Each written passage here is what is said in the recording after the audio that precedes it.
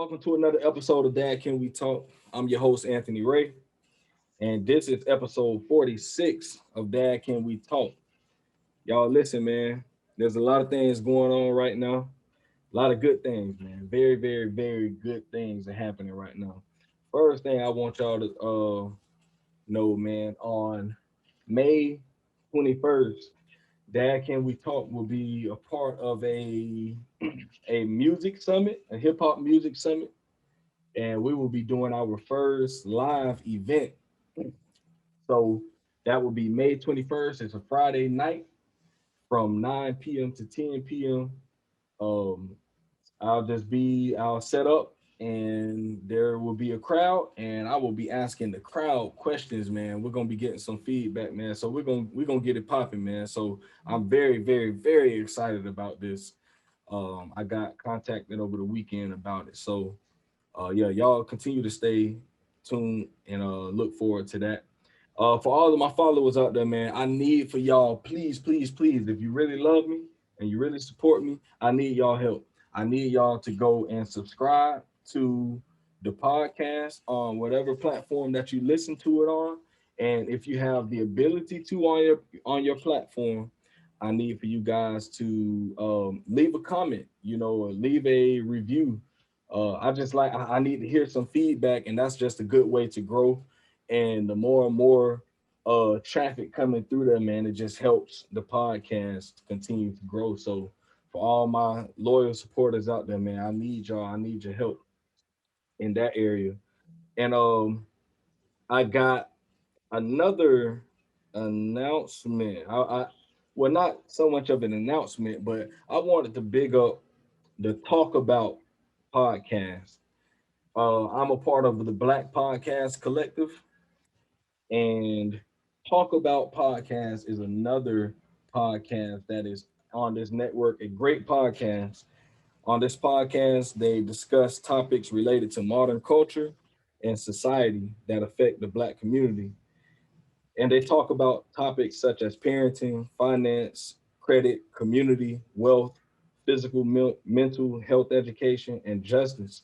So if you are looking for an educational podcast and something fun and funny, go and check out the Talk About podcast on all platforms.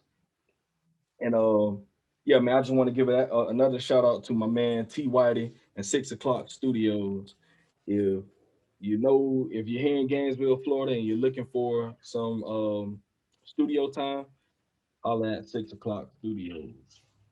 But without further ado, today I am sitting with a brother from way out in Houston, Texas, man.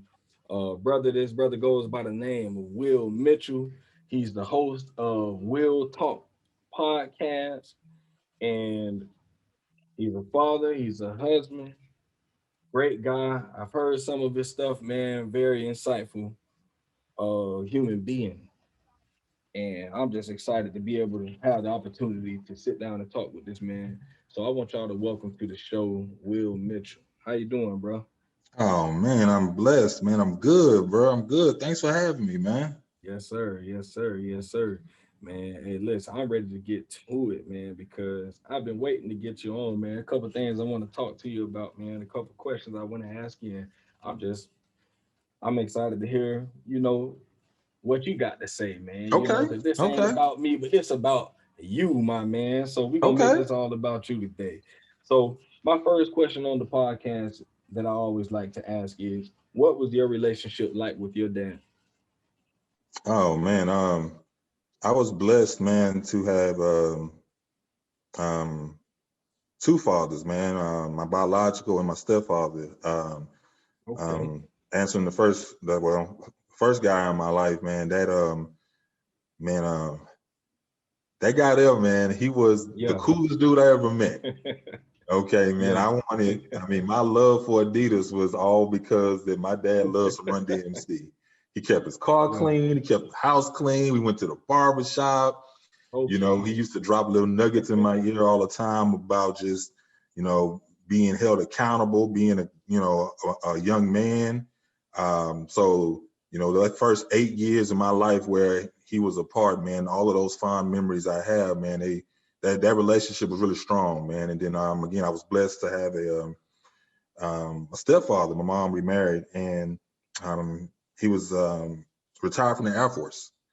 So he was not as disciplined, not as strict as a lot of people might have thought, but he was a very stern guy. He was an older gentleman, so he grew up in a time where a lot of the rights that we were afforded, he did not have that luxury. So he really was grateful, and he would let us know and reflect back on some of the luxuries and things we was taken for granted wasn't always an option. So those relationships with those two men, as far as building a foundation of who I'm growing to be, because I'm still growing, man, that relationships with those two guys were pretty strong, man. I mean, I'm back in Houston now, so me and my biological dad, we still have conversations. We still spend a lot of time. So I hope I answered your question. Oh no, that's perfect, bro. That's perfect, bro. Listen, that and I love that, man. I love to hear the stories. I love to hear where people come from, because a lot of times, people look at us as dads and they don't understand, things that we've been through, things that led us to being the men that we are now. And a lot of that comes from our upbringing. Right. Whether it been the fact that you didn't grow up with a dad. In my case, a lot of who I am is because of what I went through growing up. Or in your case, having the blessing, bro, to grow up with two role models, people, men that you can look up to. And I'm more than sure a lot of the who you are today is because of what they poured into you. Absolutely, absolutely, man. I didn't always listen, Yeah. and it wasn't always, one of those smooth Brady Bunch Huxtable type situation where everything, worked itself out. I mean, we had adversities. There was, there were growing pains, and but just reflecting back, and even in some of those moments, man, they held me accountable, and that was probably one of the biggest lessons and they were very consistent. That consistency really spoke volumes. And that's one of the things that, as a parent, as a person, I try to imply or apply as much as I can in life. Yeah, that's real. That's real, man. You talk about that accountability, man. Talk about how important that is for men. Even if you didn't grow up with your dad, how important is it to have another, just a man, period, another man in your life? Could be a brother, an uncle, a pastor, Mm-hmm. a teacher, or whatever the case may be. How important is it to have that other man in your life to hold you accountable? Dude, I mean, I got two guys in my life that are brothers to me, not by blood, but just Yeah. through that holding me accountable like a good teammate would. Yeah. Like, look, dude, you missed that shot, and here's why you missed that shot, and holding me accountable to that has helped mold me, has kind of picked up where my fathers were not there in those intimate moments where it's just you and your partners, and you got that, not a yes man, you got a dude calling you on your stuff, for lack of better words, and being like, look, man, Yeah. that ain't it.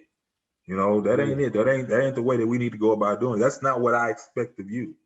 And then being open enough for them to take that same accountability from you when you find areas where they need to tighten up, man.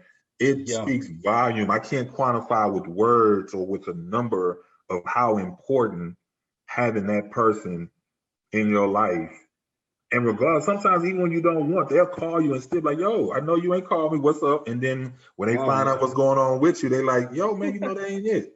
That ain't it, Will. I Yeah. need for you to tighten that up. You're better than that. And for me, having that, and for someone who can be vulnerable, because I speak about vulnerability a lot on my show, be Hmm. vulnerable in their feelings with me. Like, dude, I love you. I care about you. You need to Yeah. fix this. That speaks, man. It's huge, man. Having, especially in our culture, man, because it's so easy to fall in with the negative stereotypes or lose your own confidence, you lose your own way because of what society has conditioned you to believe is what you're supposed to be, but having these men and women in some cases as well, Yeah, like, that's real. holding you Yeah. accountable. And it's, dude, I know I'm kind of going off the rails a little, but just for me, having a woman, especially a Black woman, coming All to right. me and saying, I need this from you, you're better than that, motivates me in a way that I mean, I can't even imagine what that would look like in a movie or on paper if I'm trying to express that. A Talk woman, to me. my wife, my mom, my sister, my daughter coming to me being like, Dad, I need this from you. It's like, Mm.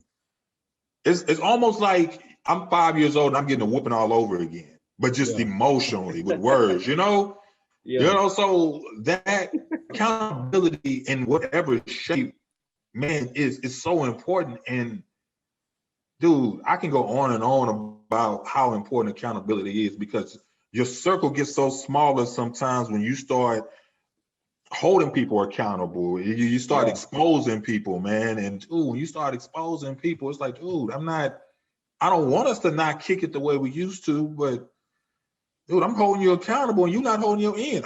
I mean, to use a basketball example or metaphor, I'm giving you my 2010 every night, dude. All right. You're not giving me your 2010. I Yeah. need 2010 from you. Like, Straight what's up. up?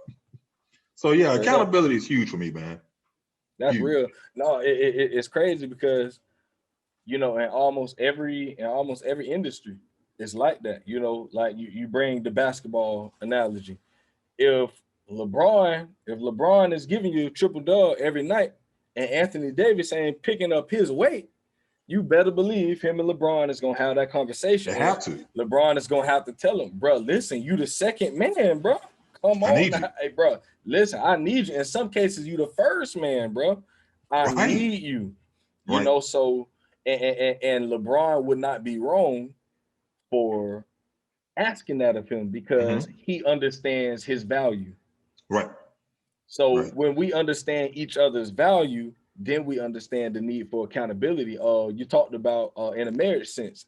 My wife is an accountability partner for me. My wife has no problem with telling me, bro, listen, Come on. get your stuff together.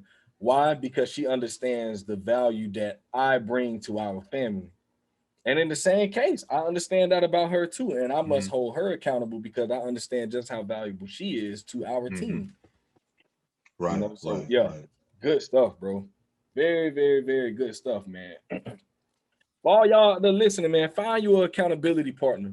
Don't allow yourself to continue to go through life without anyone there to hold you accountable and tell you no.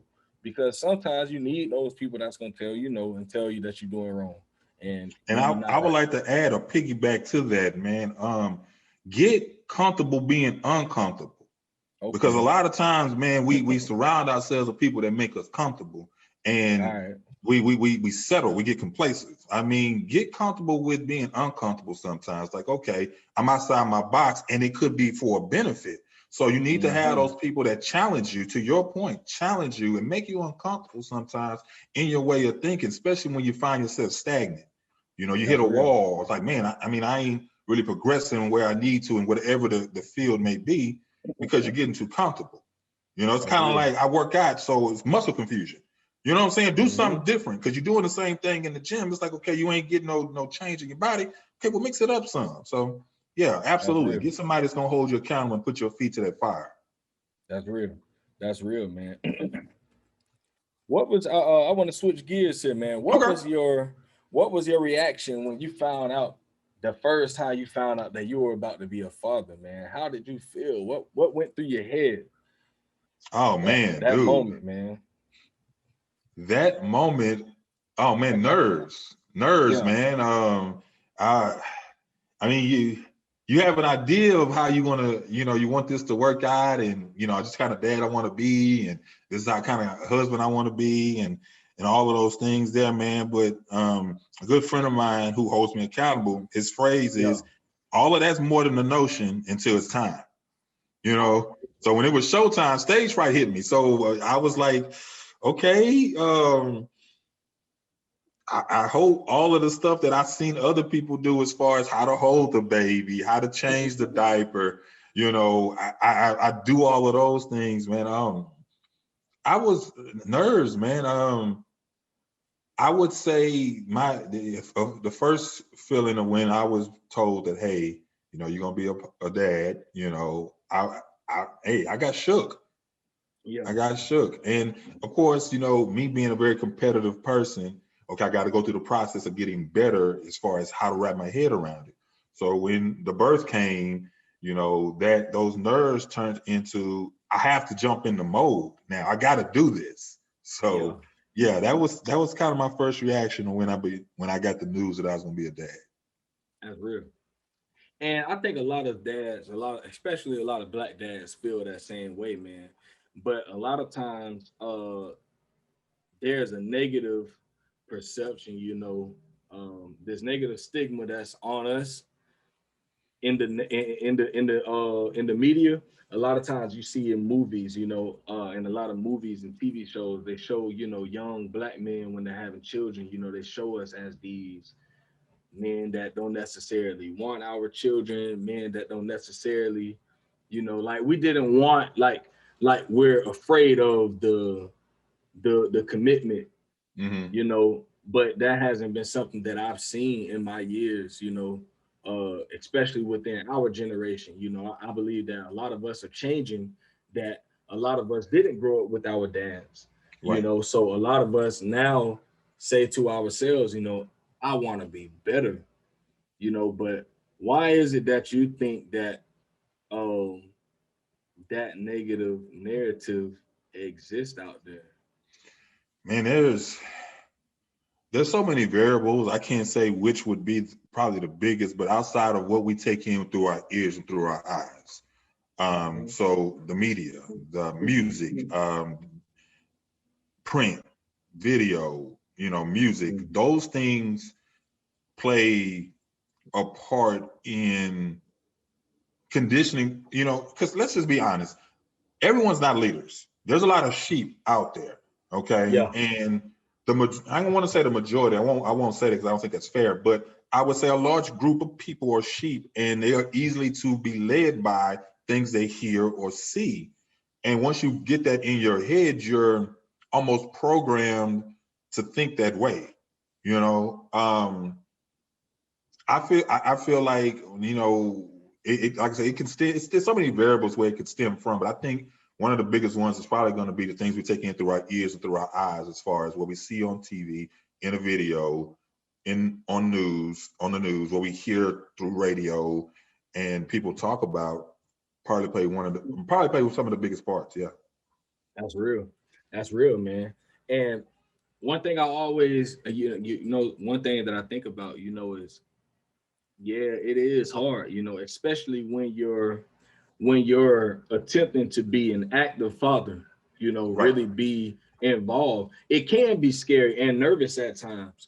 And I don't think that a lot of men, how do I want to say it? I don't think that a lot of men are necessarily running from the responsibility. I just don't think that they have the tools necessary Yes. to do the job. They Yes. don't have the resources at times. A lot of Yes. men come into fatherhood without jobs, Right. unfortunately, or whatever the case may be.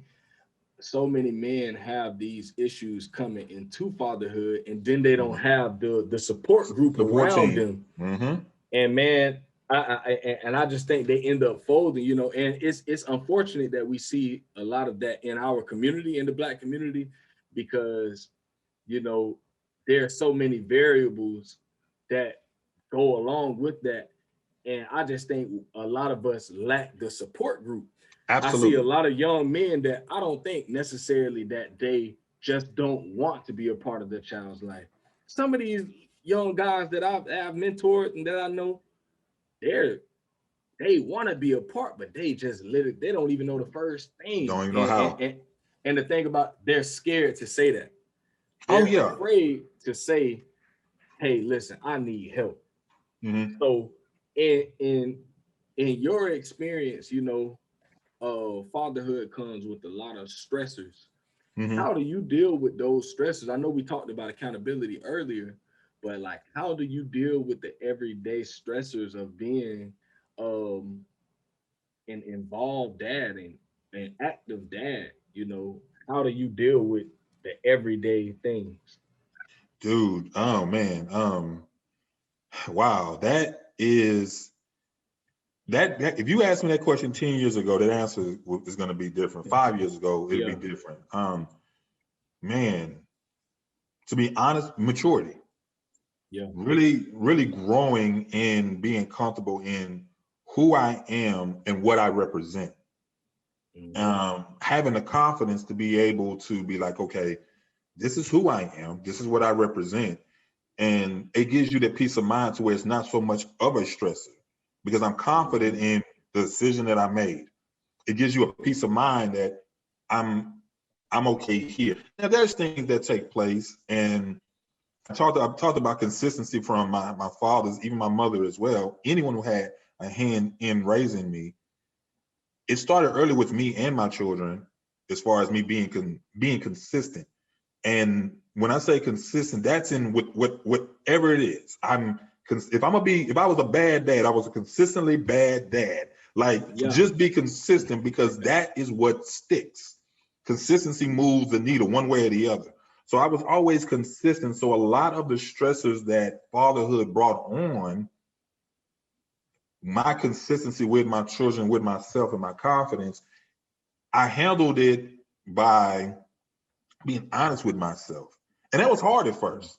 It was Yeah. hard not feeling like I had enough education, not being able to Okay. provide the way that you want to, because we're taught and we're conditioned, hey, provide, protect, get it done. That's what the dad, the man, if it's without the kid, just the man's supposed to do in a relationship. Provide, protect, get it done. Yeah, so there were times where I was stressed, like I don't have enough education to make enough money. I'm not spending the time that I think I need to spend with them. Why is my son not as athletic as I would want him to be? Am I not pouring into him enough? So how do I deal with those stresses, man? Really leaning on the people that I had as a support team. To your point, a lot of the issues that we have as a community in a lot of things is support. And it's no different Yeah. when it comes to fatherhood or marriage or committed relationship. Your support team or the people that support you, you know, sometimes you lean on them and you hear some of the things they say. It's like, I can't apply, I can't use that. That's not gonna Hmm. work. I'm trying to do something different. I don't want to say better, I'm just trying to do something different. So Yeah. how I would deal with that, man, is really just leaning on my support, man. Really being confident in who I am and sticking to. And another thing, being more flexible than rigid, Yeah. because a lot of times you go into something with the mindset that I'm gonna do this, and I don't want to change with the times, or I don't want to learn a different way or hear a different perspective. So I became a lot more flexible when with dealing with my stresses, with my parenting, that I truly was blessed. Like truly blessed at the end of the day. So yeah, that's how I dealt with it, man. That's how I Real. still deal with it. Yeah, man, listen, every day, bro. It's an everyday thing, it's never ending. You know, I was a I was a guest on my homie podcast, a guy named D King. He has a podcast called the Blue Chip Dads podcast. And we spoke about that, about how one thing he said that really hit home was he was like, yeah, we do make mistakes every day. That's an everyday thing when you're involved in your children's lives. He was like, it's easier to not make mistakes when you're not always there. It was like, so in the time that you do have, you only have limited opportunities to make mistakes. But when you're there every day, that's your thing. It was like you have so many opportunities to actually fail That's and make true. mistakes. And I was like, dang, that makes so much sense, bro. Yeah. But I want and with us making those mistakes and stuff like that, like, we all have things that we can work on. What's that one aspect of in what's one aspect of your parenting that you want to get better at? That I want to get better at. Man, that's a very good question because I'm kind of hard on myself, and Yeah. I consider myself to be aware of um, my shortcomings, I guess, I suppose, in with dealing with them. But one area I would probably say I would want to get better at is, man,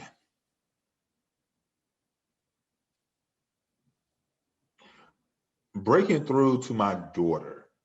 We have conversations, but as she gets a little older, I find I find like it's almost it's funny. It's almost like I'm dating a girl who doesn't want to give me no play. I'm trying real hard to get conversation from my daughter sometimes. I'm pulling out all the stops sometimes, and it's like, man, I'm really trying hard to get some Yeah. play from this woman. So that's what it feels like. So I want to get better at finding what it takes to get her to be as open as she used to be. So that would be one thing that as far as my parenting, but I don't know what the hell that would be, man. Yeah. She had me scrambling, man. I'll be scrambling trying to figure it out. And how old are your kids? My oldest, my son, he will be 17 in July, and I have twins, boy, girl, who are 14. Okay. Okay. Yeah. Ooh, so you in the teenage man. How is it dealing with teenagers, man? I ain't even close to that stage yet, but Dude, man, man. it's funny that you say that, man. I I am working on something right now that I'm gonna do on my show, double standards, right? And the double standards that we have with our sons and our daughters. Talk about it. And I am I want to break that. I'm a break Talk and about I it, want to man. break that because I've been breaking trends the whole way with them. So to answer Hmm. your question, as far as dealing with some of the things, man, I mean, they they're starting to notice the opposite sex. And Yeah. instead of talking with my boys, like, hey man, I see you out there, man. Oh, that's you, All do the right. same with my daughter, right? And Okay. at first, it's like it seems odd to a lot of people. Like, you do that? Like, you got to break the double standard. Because my thing is this: I want to get ahead of it. In order to get Hmm. ahead of it, you have to accept it. I have to accept I slept with someone's daughter, right? All right. Someone's gonna Okay. sleep with mine. All I need to right. get ahead of it. I need to wrap my head around this idea and make her feel as comfortable as I would with my sons in the same situation. Hmm. So yeah, man, it's trying. It can be a Yeah. little difficult sometimes, but I feel like for me, that is the approach I want to have because people have asked me in the past which one of your kids is your favorite, and you give them the answer that you want to be the good parent. None of them. But then when Yeah. I went to a few funerals in the past, and some of the family members were like, well, you was always the favorite. So I put myself in that situation. I'm going to pass one day. I don't want my kids to ever say that. Yeah. I want them to honestly feel like, well, damn, daddy loved us all and treated us all the same. And that starts with, Straight for up. me, breaking some of those double standards that would maybe make you think that my sons would be the favorite, or vice versa with my daughter. You know how your daddy's little girl and you treat her so much different. You love on her in a way that you don't love on your sons. And Mm. I love them all that For real, way. And bro. that is truly one of the things that I take the most pride in is I know that I do that for them. Like, your daddy's girl, but your daddy's boys, and y'all are all All under right. that same umbrella. So Yeah. teenagers, man, like I said, that whole seeing the opposite sex now, bodies changing, dude, I got ahead of it. I was so far ahead of it back when they were younger that I like, okay, when they get here, this is how I want to act with it. Now that it's happening, it's like, okay, this is what I said I was going to do. And it doesn't feel so weird anymore. It's not Hmm. sneaking up on me like, oh, damn, wait a minute. You just had your period. Like, oh my God, I don't know what to Yeah. do. Oh, you wearing a bra now. Oh my God, I don't know what to do. You got a boyfriend. Like, I've already got ahead of it to like, okay, I got my mind wrapped around this. Let me walk down this path. It's still not comfortable. I'm still not like, oh, excited, but it's a reality, and I need to face it. To be a good dad is to prepare you. I want to prepare him. So that's how I deal with it, man.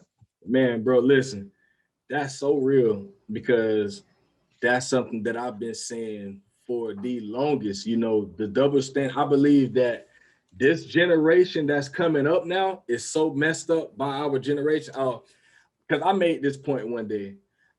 Young girls nowadays, the stories that I hear from young boys, I'll be talking with some of the young boys, man, and they be telling me this, telling me that, and I'm like, huh? I'm like, they really do stuff like that? They talk like this? And the things that I hear, I'm like, dang, that's different. Because when I was growing up, girls didn't do stuff like that. And, it's the whole city girl generation now. Right, right. But I started to think, like, you know what? I think I know what it is. I think it's because of in our day, we beat our daughters down so bad, I think starting with our parents' generation, they beat us down, women within our generation, they beat them down so bad, because it was the you know, if you see your son talking with a young girl, you're like, oh, but that boy a pimp, you talk like that. But then with the daughters, it's like, what was the thing called? Dads against daughter dating. Something like that, yeah. That type of thing. And it's like, well, okay, we got the dads against daughter dating, but where's the dads against sons dating? Because if and my logic was, okay, so if you're telling your daughter to not date, and I'm telling my sons to date, who are my sons gonna date? If Exactly. all the dads are telling, it's like, and then what happens is, and I think especially in our community, man, when you look at the way that the black man and the black women, we always at each other's head at all times. And I think that they have this disdain toward us because they feel like, how do they say it? The mom coddles the young black boy, and you know, daughters get kicked out the house. They feel like this, bro. And I'm like, I think that's what has produced this generation now, because now they're saying, no, you know what? Y'all called us hoes for all of these years, but men have been the ones sleeping with 3 and 4 different women. But when we go sleep with somebody else, we go sleep with multiple people. We're hoes, but the boys are good. And so now these young girls are saying, you know what? No, we're gonna take control now. We're gonna take that into our hands and gonna say, no, we gonna be hot girls and all this stuff. We gonna do this because they've been beat down for so long. And they say, no, we're not gonna let y'all make us feel that way because boys do it and nobody say anything. And I'm like, dang, you know what? I cannot see. I got 2 girls and a son, and I make sure, same thing you said, bro. I'm always thinking to myself, I'm never gonna make my son feel like he's better than my daughters, or my daughters feel like they're better than their brother. No, if I'm gonna get on one behind, I'm gonna get on everybody behind. I'm gonna tell all of y'all, man, don't be worried about no boys, don't be worried about no girls, like, and if you do, I'm gonna handle everything the same way. I'm not gonna be, you know, praising my son for doing it and then beating my daughters down for doing it. I'm just not doing that because that's not fair. And it's like you say, the double standards in our society, man, it's through the roof. And I think that's what's producing the generation that we see. Everybody says this generation is so wild, but it's like, we produce that. We help produce that, by the double standards that we hold, and man, bro, that's something that right there, we can go all day on that subject. Right. Yeah, that We one can go is all day. that's a good one. Yeah, that's Yeah, definitely a man. good one, man. So for y'all out there listening, man, we'll touch on that another day because I don't want to go too long on it because I got a whole bunch more I can say about that. But man, I want to ask you this, man. I want to go to marriage. Um, if there's anybody out there that's married or anybody out there that's thinking about marriage, I want you to give a tip, because one of the most important things I believe a man can do is love his wife.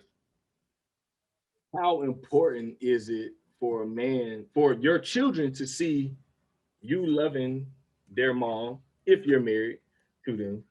And and what was the other part? Just and how and I want you to give one of them your tips. I want to what would be one of the main things that you would say helps to build a healthy marriage? One tip. One tip, man.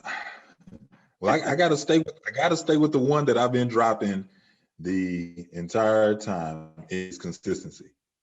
Mhm. Consistency, man.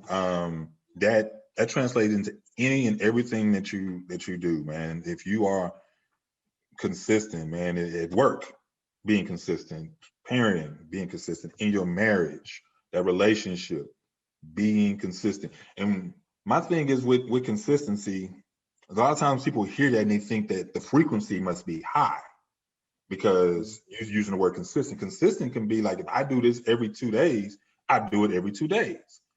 Consistency is if I say I'm going to do this, I do this. Just being consistent, being engaged in the relationship, being engaged in the conversation, man.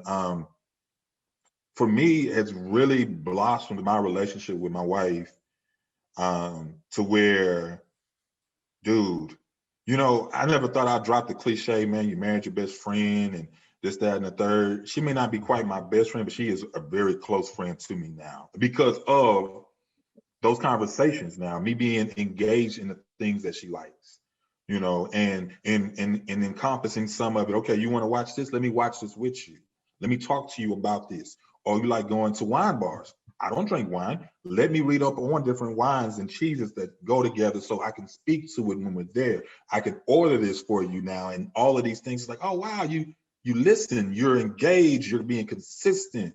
So those little things, they're not the big trips to Gainesville, Florida, or to Houston or to Paris, but it's the glue that holds you together. It's the stepping stones in your path in your relationship to get you to those bigger things. And I think being consistent and being engaged, man, that's your everyday.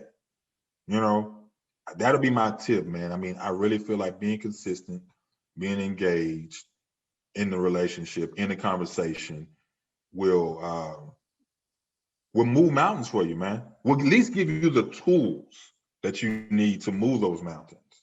So that's my tip of the day for whatever That's it's worth. real, man. That's real.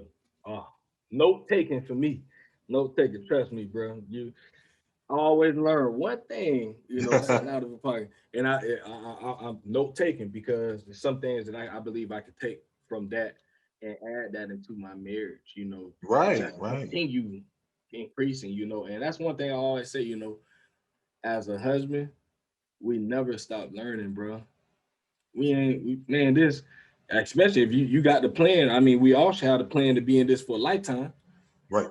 You'll never stop learning. You'll never, people feel like, oh, I ain't even know. I don't never understand women. You'll never understand them. Yeah, that's the point. Right.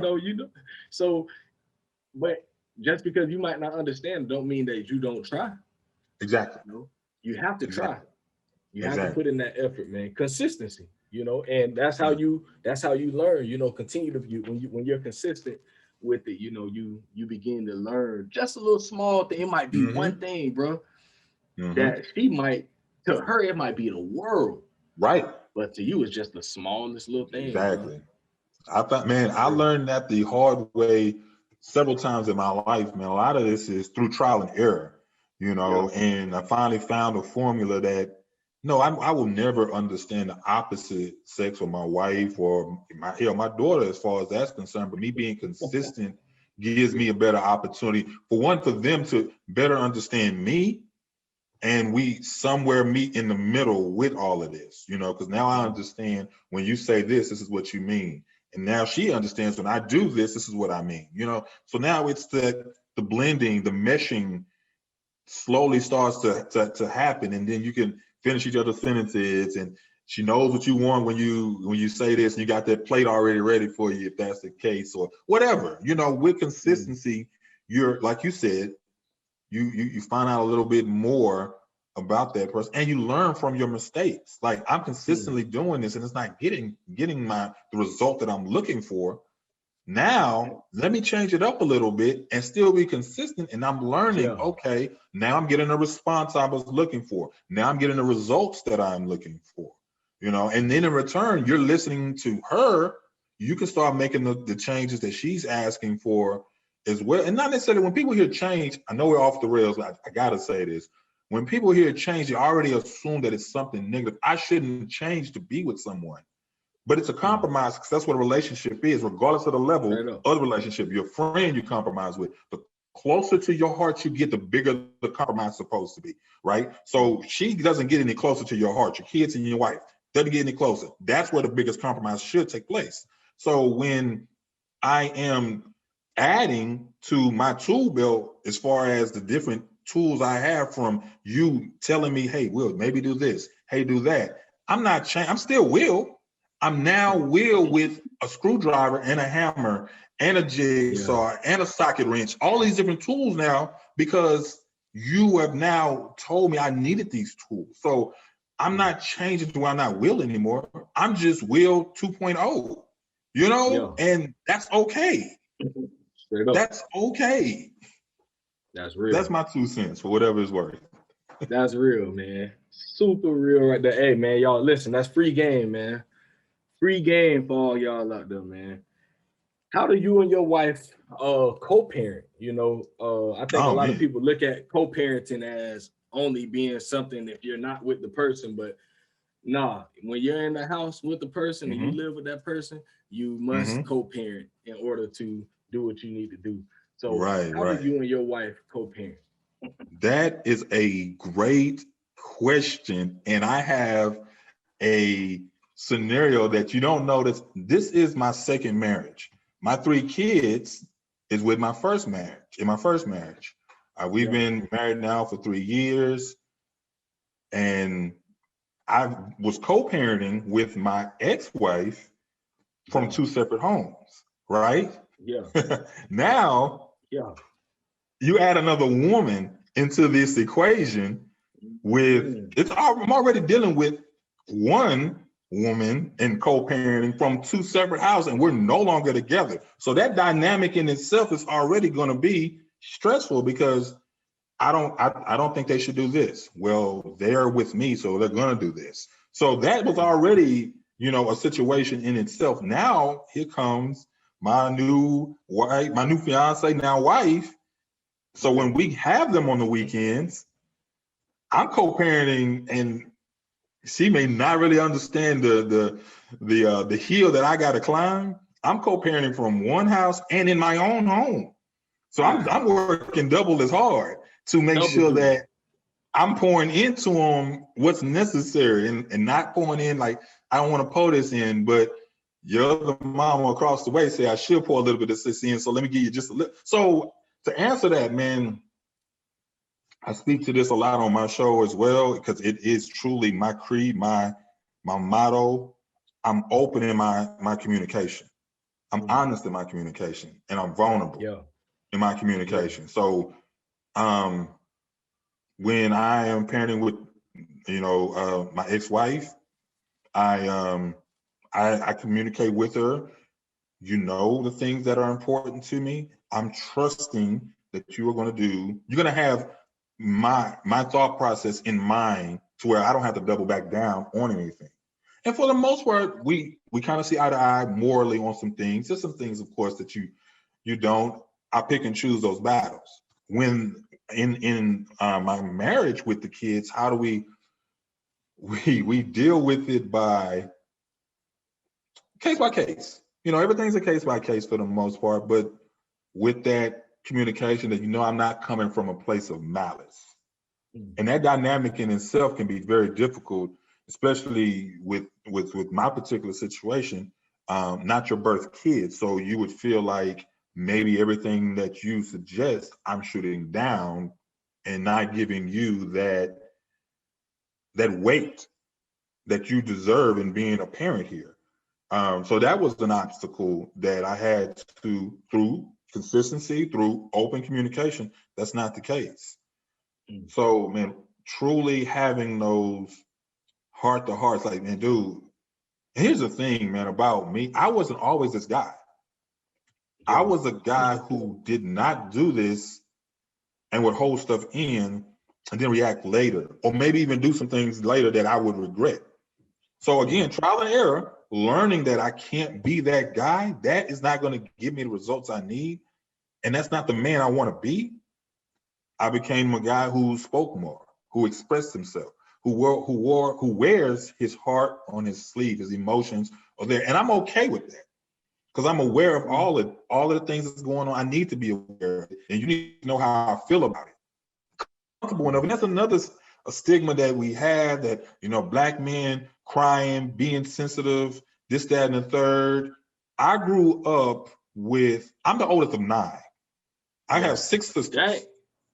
Okay.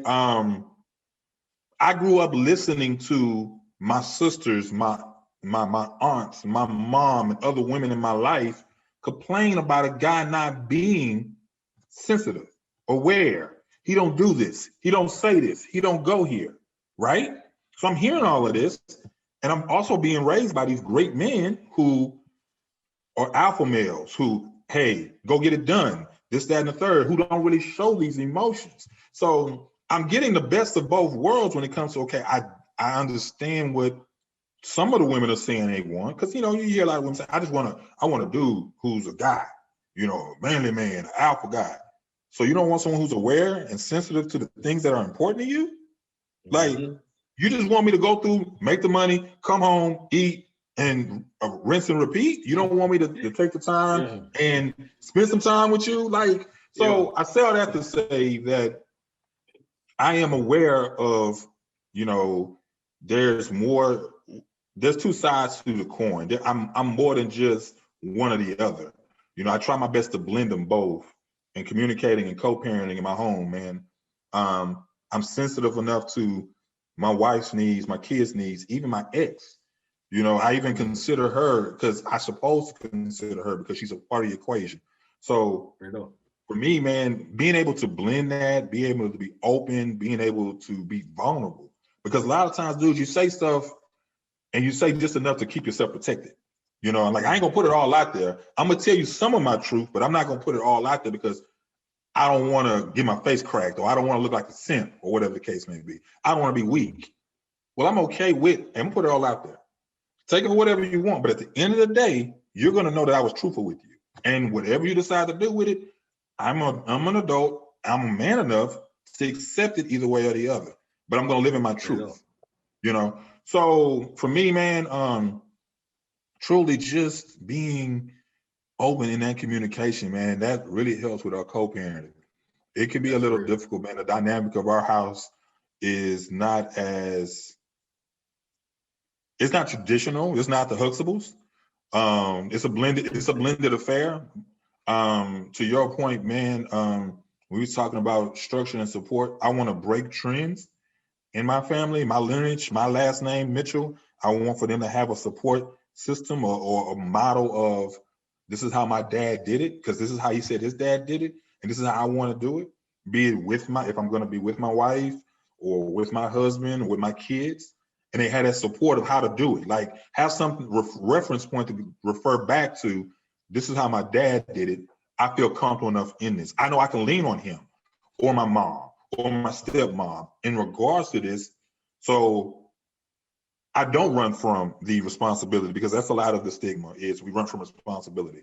Or I'm afraid because I don't know how. So I'm trying to break all of that. And I think a part of breaking that for me is giving your kids both sides, man. I grew up in the household of my dad, not that they was wrong, but they wasn't as willing to hug and kiss on, not to express that. So I do that with them. Yeah. And Yeah. also they know not to get out of line, because just as much as these eyes can water up, so can his hand ball up. So get right. Yeah. You know, so giving them that balance is important, man. And that's what happens with our co-parenting, man. I think we have to give them that balance. That's real, man. Good stuff, bro. Very, very, very good stuff, man. Y'all listen, man. I always say we giving out free game. You know, this free 99 right here, bro. This free 99. Nice. Good game right here, man. Oh, you talked about the divorce, man. This is a question for me because I like to learn. Um, you know, what would be one of the things that you would say that you learned about yourself? You know, maybe something that you figured out that you could get better at as you went through your divorce, and now you're in another marriage. You know, what are you doing different this time to make sure that you don't make some of those same mistakes? And I ask that because any guy that I encountered that has been divorced, I've never been divorced, and I don't plan on getting divorced. Right. And so, like they always say, you learn from the mistakes of others. Absolutely. And so I just like to ask questions so that I can learn, and maybe, have some things that I can look out for. Oh man, dude, I am an open book, man. Even after, we're done here, man, I am a message away. If you need to call, rap about whatever, I'm truly an open book about my life and my mistakes and my journey, because to your point, man, I have learned from a lot of other people's mistakes as well as my own. And one of the biggest takeaways in the new version of Will that's ready to, I'm not an Apple user, but I know a lot of people that are, so their iPhones always got an update on it. You got to update. Yes, sir. So in the past, I used that metaphor, that analogy to say that I wasn't willing to do that in my previous marriage. I wasn't willing to update the software on Will. Will wasn't as flexible as he is now. And it's not that I go with whatever that happens. It's more of, I'm willing to hear the other side and let's have a conversation about it. So one of the biggest changes that I might have had in self-awareness is to be engaged fully, to be committed fully, and to truly give it my all, and not to half-ass. To really truly give it my all and to be honest. And that's where my vulnerability and my communication comes, because I wasn't that way before. And it could have, as a leader of a home, as a leader, as a partner in a relationship, if you're not, for lack of a better word, pulling your end and doing your part, you can't expect for it to be a great result if you're half-assed. I kind of spoke to this before on one of my shows that, we don't go to work in half-ass. And if we do, we're not going to stay employed long. Okay? We're not. That doesn't change anything in life that you do. Be it if you work out, you don't half-ass there. And if you do, you're not going to get the results you're looking for. Like, why can't I lose this weight? Why can't I get my six-pack? Well, hell, you're half-assing. So I realized that I needed to stop half-assing and, for lack of a better word, put in whole ass in the relationship in order to truly get the results. And at the end of the day, it's one of those things, man.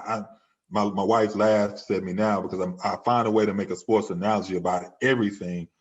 The finals where J.R. Smith decided to grab the ball and go the wrong way. LeBron James slept really good that night because LeBron James did everything that he was supposed to do to win that game. Now, in the media, he said all the right things, but between with him and his wife and his moments alone with himself, I gave 50 points against a team where I wasn't supposed to give 50 points. So I say that to say, if in this relationship and in my marriage and with my children, if I give my 50 points, I'm going to be satisfied with that. Now, if I feel like I can give 60, I'm going to shoot for 60. But if 50 is where I need to go, I'm giving my all to give you that. You're getting that from me consistently. Mm-hmm. And my takeaway from the previous that I didn't give 50 points every night. And I was expecting 50 or 40 points, and I wasn't giving 50 points every night. And now, I have one of the most chill wives or chill people in the world. That's my wife. She looks at me, well, you don't have to, I love you. I know what you're capable of. I don't need 50 points every night. But I'm so damn hell-bent on not repeating what I did before that I won't let myself slip into complacency. Oh, well, I give you 20. I got to give you 50 every night. Every night I got to give you 50. And at the end of the day, if it don't work, I can look back like LeBron did that night and be like, I gave 50. I gave 50. Now, if I didn't give 50, now I need to go back and, hey, babe, take me back. Let me try harder because I didn't try hard enough. No. Every night I give you 50. So that's my biggest takeaway change from Will from previous relationship to this relationship is that I'm willing to press the update button and give you 50 every night. Jesus Christ. Y'all listen, man. Free 99, man. It's free game out here. If it's game being thrown and you ain't catching it, it ain't nothing wrong with the person throwing the game. It's nothing wrong with you, man. You got to catch this stuff. Hey. Listen to me. But man, bro, listen. I want you to talk about your podcast, man. Talk about your podcast. Tell the people. Well, okay, man. I'll drop a little bit, man. You can find me on all the platforms, man. I'm Will Talks on all of them, man. You got your Spotify, your Apple Cast, man. I'm on iHeartRadio now, man. Man, Will Talk, man. We have conversations, not quite as in depth as just dad talk, which I probably should, man. I really learned a lot sitting here, man, with you, man. I really enjoyed this, man. But we talk about social issues, relationships, man. I really dive into some things as far as, how relationships work, how, we're going to work on, talk about double standards, man, social events, social issues rather that are going on as well, man. So yeah, that's what we have with Will Talk, man. That's real, man. Hey, I actually have a question for you, man. Well, I got a statement I would rather make. I read something about, and I don't know, I'm gonna put this out there. A close friend of mine said something to the effect of, when disciplining your kids, and mainly your daughter, after you're done, you say that I did this because I love you. Does it set a mindset for the daughter to then accept being hit in a shape of in the form of being show that I love you in a relationship? And I think that I would say my answer to that question would be not if you are communicating what's going on and laying out there are consequences to your actions. Okay. If my daughter Cadence at the time, I told her when she was in elementary, hey, I need you to bring home, they had color charts on your conduct. Don't bring home red. Stop bringing home red. Please stop bringing home red, Cadence. Because if you bring home red again, you're going to get some licks. A week goes by, Cadence is still bringing home red. I've had a conversation with her. I'm going to have a conversation before and after of why this is taking place. I feel like if you're consistent with the consequences, this is what will happen if you do not, then it won't. I feel like, and we'll continue having conversations even as she is older, as a young teen and a teenager. I don't think that she can separate the two then, because now one is truly out of love because I did not complete said task or did not do what was asked of me. And this was out of love to make sure that I continue to listen, versus one that wouldn't be out of love and it would be coming from a place of malice and hate. So that would be my statement I want to give to that, because I really thought it was an excellent question. I really thought it was really well thought out and a peek behind the curtain of a struggle that I think we all kind of run into and just don't really know how to talk it out. And I think for me, that's how I always talked it out. I've never had a fear of that being the case, but when I read it, it made me think about my approach. And then again, back to my confidence, I know that I'm having these conversations. I know that I am letting you know that this is out of love and this is something that you brought upon yourself because I've given you chance after chance. It was a knee-jerk reaction where you're getting a spanking. This is, we talked about it, I talked about it again, and now I must follow through and be consistent on what I said I was going to do. So that would be my little 2 cents on it. I really thought it was an excellent question, and again, it really got me to thinking. And I hope that helps anyone who may be struggling or just thinking about that in general, because it's excellent question and a dilemma that I feel like people definitely run into. But yeah, so we lost a little connection real quick, but we back. But yeah, man, on that subject, man, when I wrote that, when I wrote that the other day, that's something that I've been dealing with for like the last 3 years, man, just kind of going back and forth, just trying to, discipline, when it comes to discipline, I just period, just been trying not to. Sometimes I feel some type of way about putting my hands on my children. And Right. so I just said I've just been trying to find alternative ways because, like even with my son, I feel like, dang, I don't want him to feel like it's all right for him to just be putting his hands on people because he's mad, you Mm-hmm. know, because I'm like, dang, like what type of standard am I setting for him? What type of example am I setting for him?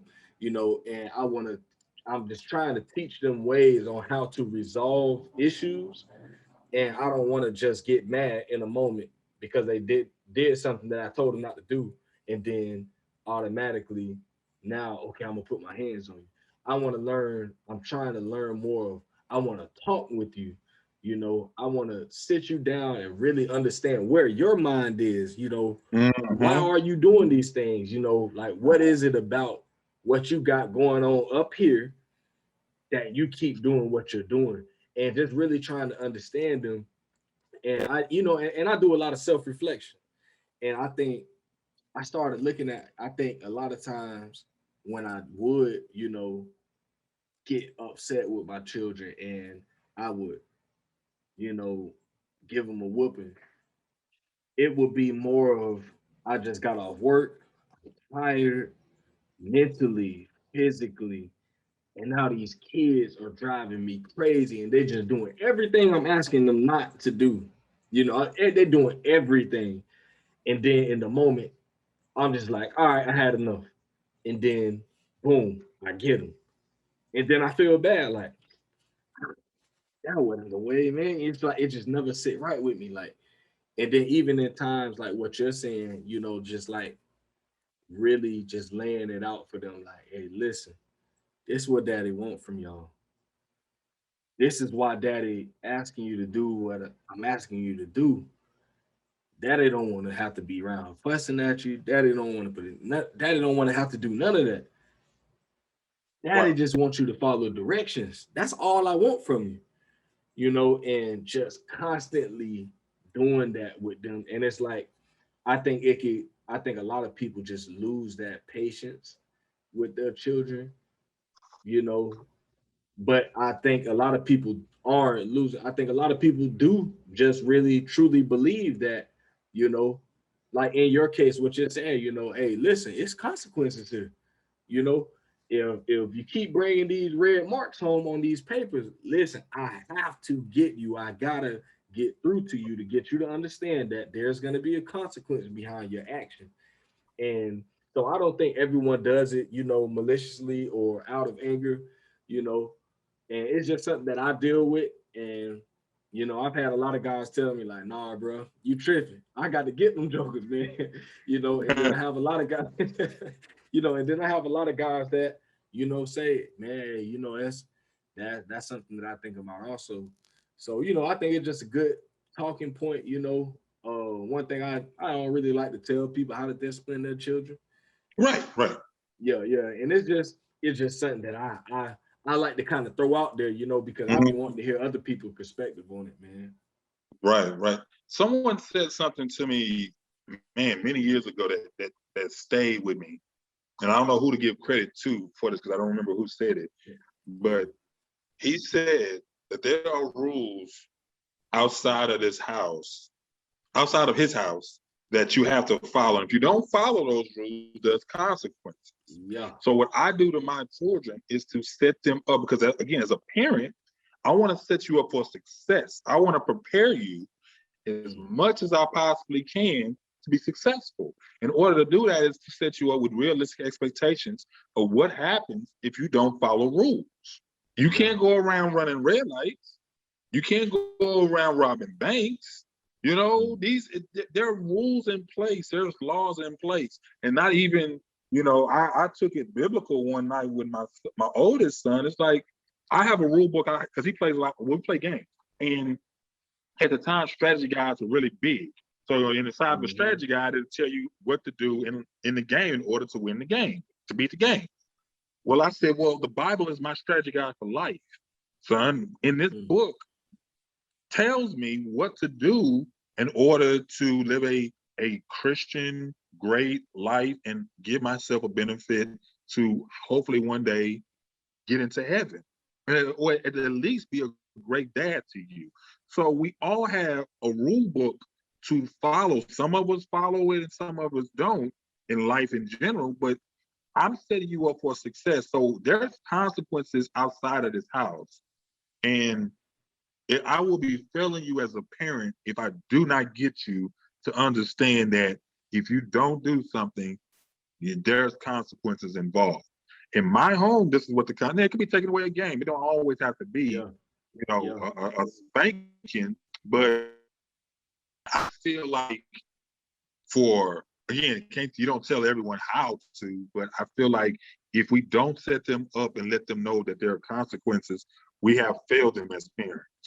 That's And real. however you go about doing that, hey, well within your right. But I feel like if anything I'm gonna stand on is that teach your kids that there are consequences outside of this house. That if you don't do what you're supposed to, you're going to fall victim of, be it jail, be it lose job, be it whatever.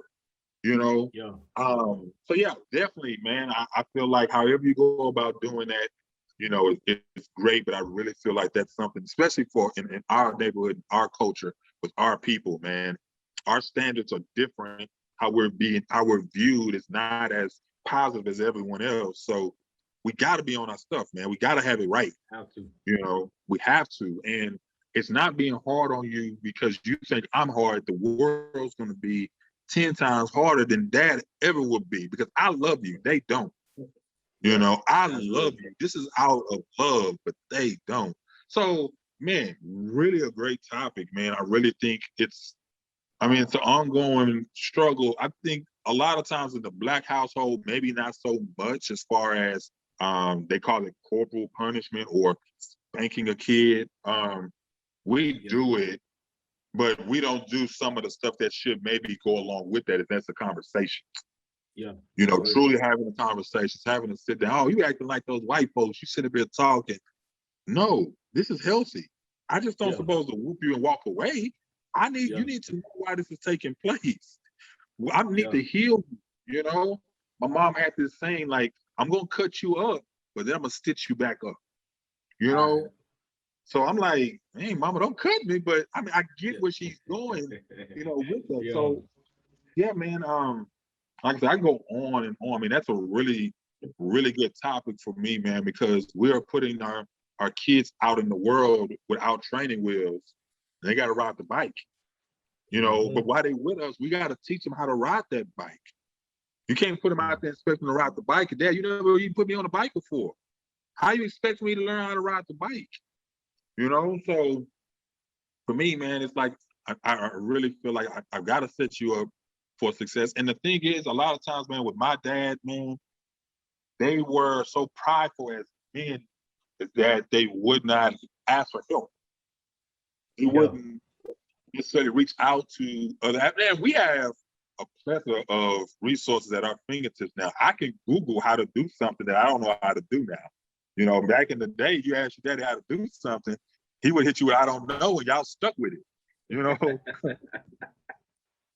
So, but yeah, man, really great topic, man. Like, dude, I really enjoyed, you know, this conversation, man. I've learned quite a few things to put in my back pocket, man. Dude, this has really been good, man. Yeah. That's real, man. Hey, likewise, man. I knew it was something. I was like, man, I cannot wait to talk with this dude, man. I've been checking out your page, checked out a few of your podcasts. I'm just like, man, I just really want to hear what this guy has to say, man. And you gave me a lot of nuggets that I'm gonna keep. Like I say, man, I keep some of this stuff for myself, Right, right. So Absolutely. some of this here is definitely for me, and though I'm a dad, and some people feel like I got things together. I always let people know, man, listen, I am the least of them. Trust me, you know. Yeah, I ain't been divorced, and yeah, I've been with my wife for almost 10 years now. And Congratulations. yeah, appreciate it. And got these 3 babies and all that stuff. And to a lot of people, I did things, quote unquote, the right way. I didn't Mhm. move out my mom's house until I got married. I didn't have children until I got married. But I'm like, okay, yeah, all that stuff is good, but there's so many things that I don't know. There's so many Right. things that I struggle with on a daily, when it comes to my education, school and marriage and parenting. It's just so many things that I just don't know, and I'm still learning, and I never want to try to put a picture out there, that I'm this perfect person or whatever the case may be, because I got a dad podcast. Man, this dad podcast ain't about me being a perfect dad. I want to learn. I'm trying to learn from all these dads that I'm bringing on here. Got you. So man, bro, listen, you taught me a lot today, bro. For real. I mean, I'm glad I could help, man, and likewise, man. Like you said quite a few things, man, that really got me thinking, man. I love great conversation, man. I love hearing different points of views because, again, I want to be flexible in life. I don't want to be so rigid to where I can't adapt and learn and take in new information. So, yeah, man, same, man. Right back at you, man. I got a couple, 2, 3 things, man, that really got some things rolling in my head, man. I Yeah. thank you for that. Oh yeah, for sure, man. So tell the people where they can find your podcast, man. One Yeah, more man. time. One more time for the people, man. One more time for the one Yeah. time, man. Man, I'm on all platforms, man. You can find me on Spotify, man. I'm on iHeartRadio now, man. Applecast, man. You name it, man. I'm on all of them, man. We'll talk, man. Again, we talk about real topics with real people, giving you real answers. Somewhat filtered, man. I ain't rated X or anything like that, man. Yeah. But we do get into adult conversations about adult Yeah. things, man, and really giving you a honest perspective from the male and female perspective. Because I have my wife and some other friends who are ladies on as well, and we discuss it from both sides of the aisle and really start great conversations, man. So yeah, that's what Will Talks about, man. Oh yeah, for sure, man. So yeah, like my man said, y'all, for all my listeners out there, y'all go find my man and subscribe to the podcast if you want some real talk with my man Will Talk. Yeah, man. So y'all listen, man. For all my listeners out there, man, I appreciate all the support, man. Like I said at the beginning, please go to wherever you listen to podcasts and subscribe. And if you have the opportunity, please leave a review. That will help the podcast grow exponentially, man. So y'all Oh, continue to support. one more, man. I'm sorry, one more. Oh, I'm hit so them with sorry. it. Hit them with it. Hit them with it. One more. Follow me, IG at Will Talk Podcast. You can find me Okay. there. Also, you can send me emails if you're into the old-fashioned emails. That's Will Talk, Okay. the number 10 at gmail.com. We'll talk number 10 at gmail.com, man. Y'all send my man an email, hit him up. Man, we talked about so many things, man. We didn't even get a chance to get into that real estate. But if y'all got some real estate, you in the Texas area, hit my man up, man, for your real estate needs, man. We got so deep into these conversations, I ain't even get to hit on that right there, man. But my Oh man man, I is appreciate you, man. multi-talented, man. So if you're in the Texas area, hit my man up for your real estate needs. But we got some new shirts coming.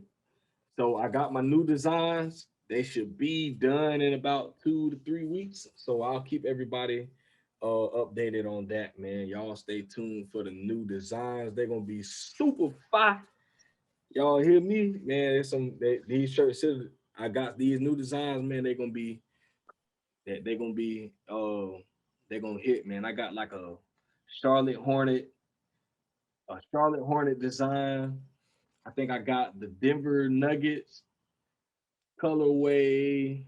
I got the old school Philadelphia 76ers. Um, I got a few more, man. I got a Jamaican edition coming, man. Oh, y'all gonna love this one right here. And guess what? The men that's on the logos, they ain't bald headed no more like me. They got some dreads. Them jokers look like they from Florida for real, man. But y'all gonna really love those. But yeah, man, y'all continue to stay tuned, man.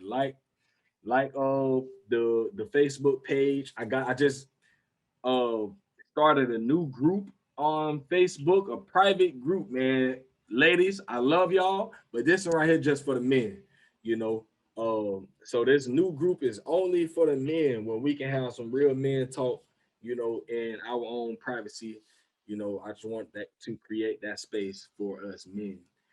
But yeah, man. Shout out to podcasting while black group. Shout out to the Black Podcast Collective.